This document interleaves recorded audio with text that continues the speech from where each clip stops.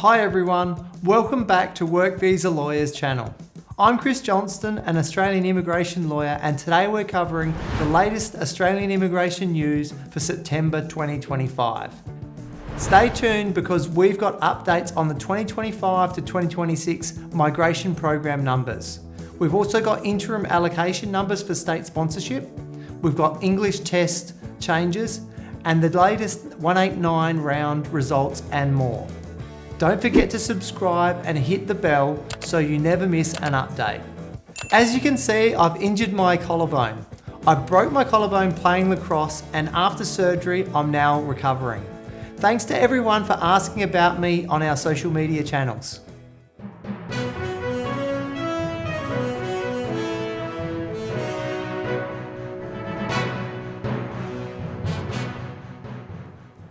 Migration is back in the headlines in Australia.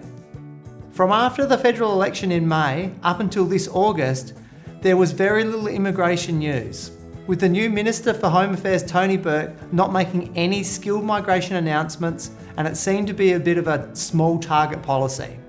This has recently all changed with big immigration related stories this month. On Saturday the 30th of August, there were some anti-immigration rallies in Australia. These rallies included the participation of some neo-Nazis. The federal Labor government made some statements condemning these rallies. Immigration was back being on the front page, and very soon after all of this, the immigration planning levels were announced. We'll talk more about them shortly. But that's not all the stories. There's also been Liberal Senator Nampajira Price. She said large number of Indian people were being allowed to migrate to Australia by the Labor federal government because the community votes for Labor. As a result of these comments, which were seen to be racist by some, she lost her place on the Liberal front bench. So let's look at some more detailed immigration news. The Australian government has confirmed the 2025 to 2026 migration program. The big headline for this month, the Australian government has let out the numbers, which are now going to be 185,000 places. This is the same as last year, so there's no increase or decrease in the overall size of the program. So here's the breakdown. There's 44,000 employer-sponsored visas. This is the largest category, but with so many 482 visa holders waiting for the temporary transition, we may see longer processing times for PR for the 186. There's 16,900 skilled independent visas. This will be very competitive as hundreds of thousands of expressions of interest are chasing a limited number of invitations. There's 33,000 regional visas such as the 491 and 494 visas. There's 33,000 state nominated visas, which would be the 190 visa. There's 4,300 talent and innovation visas, which includes the new National Innovation Visa. With more places now available, we expect to see a lot more invitations for the NIV. We offer a free NIV assessment where you can assess your eligibility. You can find the link in our description below. There's also 1,000 business innovation and investment visa places. This is just to clear the backlog. There's no new allocations in this category. On the family side, there's 40,500 for partner visas and 8,500 for parent visas, though parent visas continue to have a very long visa wait time. So what does this mean overall? Skilled visas like the 189, the 190 and 491 will remain highly competitive. While the federal government hasn't provided allocations for the 190 and 491 visas to the states and territories, some states and territories have received interim allocations. So before we start talking about each state, let's explain what an interim allocation is. Interim allocations are small visa quotas which allows the states to give away some 190s and 491s. Interim allocations allow the states to keep inviting a few applicants while waiting for their full annual allocation.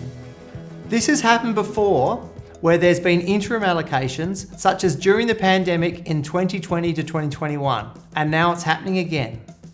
Now I've explained the interim allocations, let's talk about each state and territory. The Northern Territory.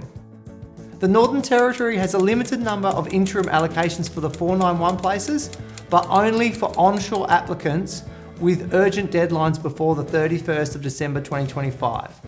That includes those with visas expiring this year who can't apply for a graduate visa, those turning 45 before the end of the year, and those whose birthdays would drop their points below 65. South Australia has also received interim allocations, but it's not open for the registrations of interest. Instead, it's only inviting applicants who already did a registration of interest last year. Tasmania and the ACT received interim allocations of 165 each for the 190 and 491 visas.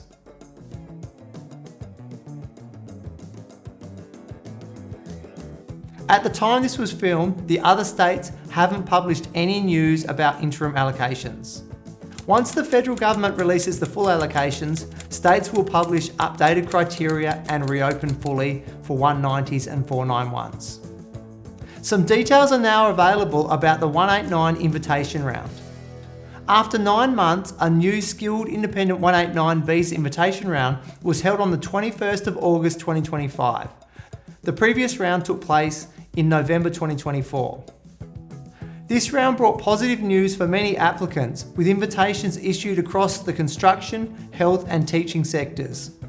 Occupations invited included carpenters, painters, engineers, nurses, doctors and teachers. The Department of Home Affairs has released a full list of occupations and points invited. Over 6,800 invitations were issued for more than 130 occupations. Construction roles like carpenter, electricians and bricklayers were invited at 65 points. Health roles were strong too. Many doctors and nurses received invitations at around 80 points. In education, university lecturers were invited at 85 points and childcare managers at 90 points. Unfortunately, accountants and chefs didn't receive any invitations in the 189 invitation round. The family-sponsored 491 is back. Another important highlight is that the round included invitations for the 491 family-sponsored stream. It's been a very long time since we saw invitations in this category. This is great news for people who already have family in Australia and are trying to settle here. Hopefully, we will see more 491 sponsored invitations in the next rounds. A total of 150 expressions of interest were invited for the 491 family sponsored on this round. 491 invitations included trades such as bricklayer, general electrician and gas fitter. Health occupations including cardiologist, midwife and registered nurses. Education including early childhood teacher. You can check the full list on the department's website. The MIA has told members that the department expects to hold quarterly invitation rounds, with another round to be planned before December this year. If you receive an invitation, please let us know in the comments. What occupation and how many points? English test changes for the 482 visa.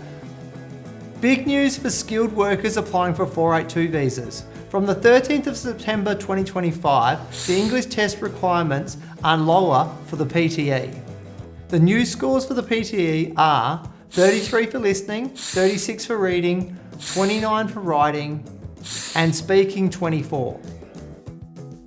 This is a big drop, especially for speaking compared to the old minimum PTE requirement, which was overall 36 and at least 36 in each band. IELTS remains the same with all 5s required. Another important change is one skill retakes are now allowed. It will help 482 visa applicants. 3 new tests are also now accepted for the 482 visa. The Language Cert Academics Test, the Michigan English Test or the MET, and the CELPIP General.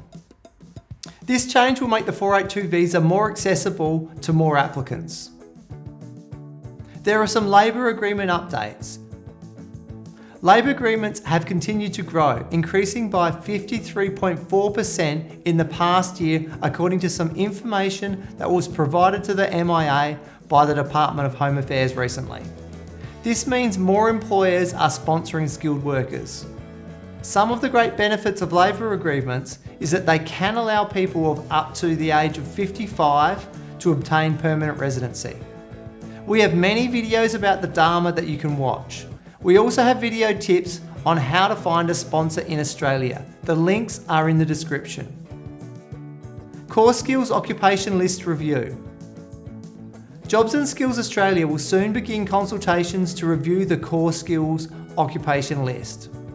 We're going to recommend the following occupations are added back onto the list: Cafe and Restaurant Manager, Customer Service Manager, and Biotechnologist.